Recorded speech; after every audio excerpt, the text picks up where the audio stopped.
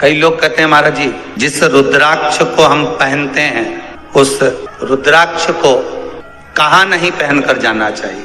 5 स्थान बताएं जहां रुद्राक्ष पहनकर नहीं जाया जाता। कितने स्थान है? 5।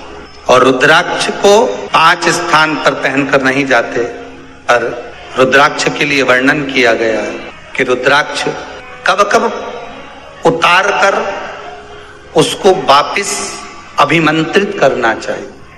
5 जगह पहनकर नहीं जाना चाहिए और रुद्राक्ष को अभिमंत्रित करना मतलब सीधा अमावस्या के दिन, पूर्णिमा के दिन, शिवरात्रि के दिन, श्रावण महीने के सोमवार को, प्रदोष के दिन, ये दिन आपके शरीर में जहां पर भी रुद्राक्ष है, आपके गले में अगर आप रुद्राक्ष पहने हो, आपके हस्त कमल में आप रुद्राक्ष पहने हो, आपने अपने पास में कहीं रुद्राक्ष रख रखा है, तो उस रुद्राक्ष को अमावस्या, पूर्णिमा, शिवरात्रि या श्रावण का सोमवार या प्रदोष आदि, इस दिन उस रुद्राक्ष को एक बार दूध में धोने के बाद उसमें थोड़ा सा सरसों का तेल अवश्य लगाना चाहिए।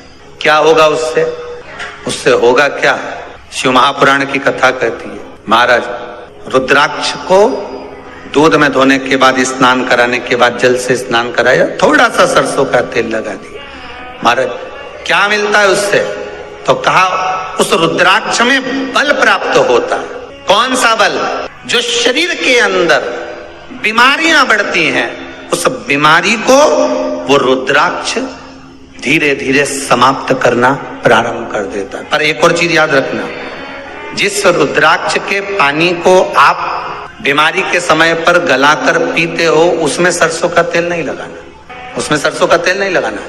उसको तो आप केवल स्नान कराओ दूध से, जल से, और फिर उसको गला दीजिए, उसका पानी आप पीना चालू कर दीजिए। जिसको बड़ी बीमारी होती है उसके लिए कल कथा में वर्णन किया रुद्राक्ष के जल। रुद्राक्ष का जल पिया जाता है शरीर के अंदर से रोग को, बीमारी को हटाने के, रोग बीमारी को समाप्त कर। तब 5 स्थान बता दिए, 5 जगह बता दी, 5 स्थान निश्चित कर दिए जहां पर रुद्राक्ष को पहनकर नहीं जाना। पहला, किसी की मृत्यु वाली जगह पर। दूसरा, जहां पर बच्चे का जन्म हुआ, मृत्यु आदि जगह पर सूतक लगती है, जहां बच्चे का जन्म लगता है वहां सावड़ लगती है। मतलब जीव जाने के बाद दुख का सूतक होता है, और बच्चा जब जन्म लेता है तो सुख की सावड़ रहती है। सुख की 2 स्थान।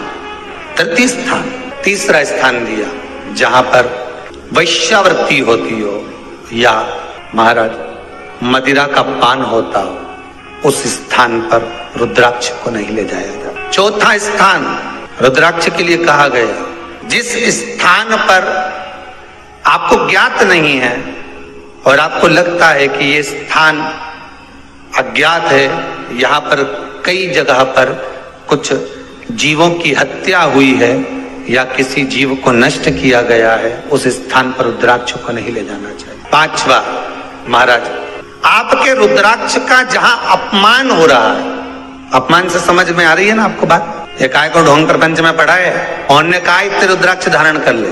कौन ने कहा है? क्यों ढोंग प्रपंच में पढ़ा है? अगर हम रुद्राक्ष गले में पहन लेते और नारी का रजस्वला धर्म आ जाता है, रजो धर्म का समय आ जाता है, वो रुद्राक्ष हम गले में धारण कर कर रखते हैं, तो वो रुद्राक्ष क्या वो बेकार हो जाता है? पहले एक बात बहुत अच्छे से समझ में, आप सन्यासी हो, जम के बोलो जरा, आप तपस्वी हो, आप साधक हो, आप उपासक हो, या आप बैरागी हो, आप एक गृहस्थी हो, घर में रहने वाली माँ गोदी में रखा हुआ बालक अगर गंदगी भी कर दे, पूरे कपड़े को भी बिगाड़ दे, तो माँ बच्चे का कपड़ा बदल देती है, और बदल कर माँ को ये जरूरी नहीं है कि उसको साड़ी बदलना, उसको कपड़े बदलना या उसको फिर नहाना।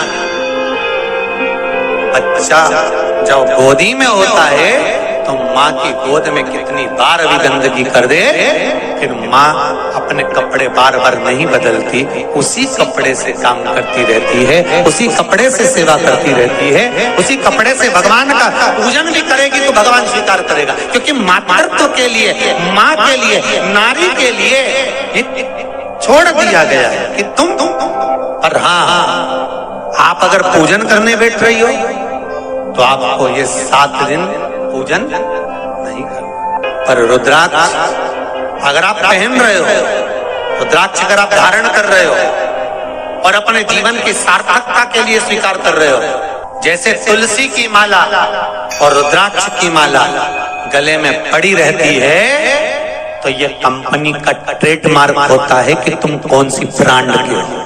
ये कंपनी का ट्रेडमार्क है।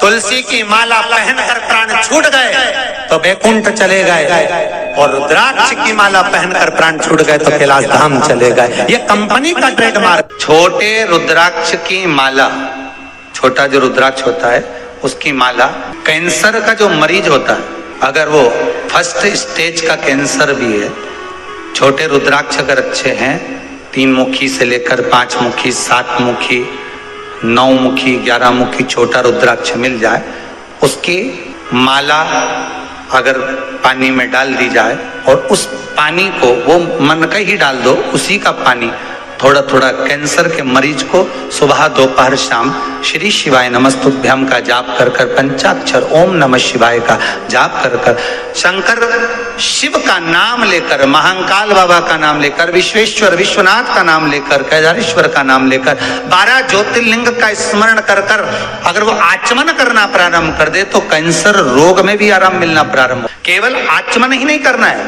अगर स्त्री है तो अपने उल्टे हाथ पर भी उस मनके की माला को लपेट सकती है। पुरुष है अपने राइट हैंड में उस माला को, अगर कैंसर से पीड़ित व्यक्ति है, रोग से बहुत पीड़ित व्यक्ति, उसको बल मिलता है, उसको पावर मिलता है, उसको एक एनर्जी, उसको एक तेज मिलता है रोग से लड़ने का। कई लोग कहते हैं महाराज जी रुद्राक्ष को सिद्ध कैसे करना चाहिए, तो शिव महापुराण में एक ही उपाय लिखा है, 108 बेलपत्र पर शंकर का नाम लिखकर समर्पित कर दो, या लाल चंदन चढ़ाकर समर्पित कर दो रुद्राक्ष के ऊपर, या उस रुद्राक्ष को आप अभिषेक में समर्पित कर, या उस रुद्राक्ष को सरसों के तेल में रखकर उसको फिर समर्पित शिव जी को कर। रुद्राक्ष को निकाला, शंकर जी के ऊपर रखा, शिव जी के चरणों में रखा, अभिषेक किया, उसको धारण किया। सिद्ध कैसे करना है, तो शिव महापुराण की कथा में एक संवाद बड़ा सुंदर लिखा कि रुद्राक्ष अपने आप में सिद्ध है। मुंबई में एक मेडिकल रिसर्च सेंटर में इस रुद्राक्ष के पानी का रिसर्च किया जा रहा है। आप लोग निकालना कभी, आप लोग तो उसमें निकलेगा आपको, उसका सेंटर का नाम दिया जाएगा कि किस रिसर्च सेंटर में निकाला जाएगा। तो दोस्तों वीडियो आपको अच्छी लगी हो तो वीडियो को लाइक करें, चैनल को सब्सक्राइब करें, हमारी वीडियो को शेयर करना बिल्कुल भी ना भूलें। मैं आपसे मिलती हूँ अगले वीडियो में।